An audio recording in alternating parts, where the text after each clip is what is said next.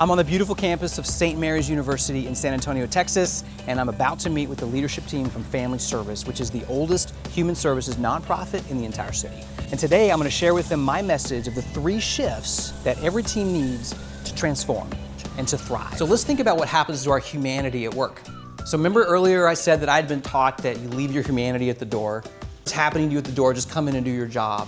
When toxicity exists and we don't let humanity in, we're stifling it, we're muting. We're not allowing ourselves to be our best selves.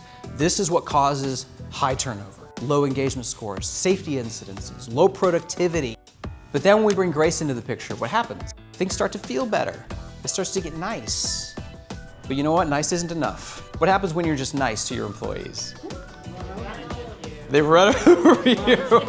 They show you the door, exactly, yeah. I learned a lot from Alan's presentation today. It was very eye-opening, and it also helped me understand that there are some leadership styles that I need to adjust a little bit. We're not replacing accountability. We're gonna reframe accountability by embracing our humanity and using it to transform our potential. What I'm gonna walk you through are the 3 traps, the toxic traps that some organizations and some leaders fall in, and then I'm gonna show you the 3 thriving paths. You step out of these traps, step onto these paths, and something remarkable happens. So Alan's presentation today was phenomenal. He led us through some activities that really showed us what leadership is about, and I feel like there's a lot of takeaways that our teams can apply immediately once they get back to their roles. So very grateful, and I'll definitely be working with Alan again in the future.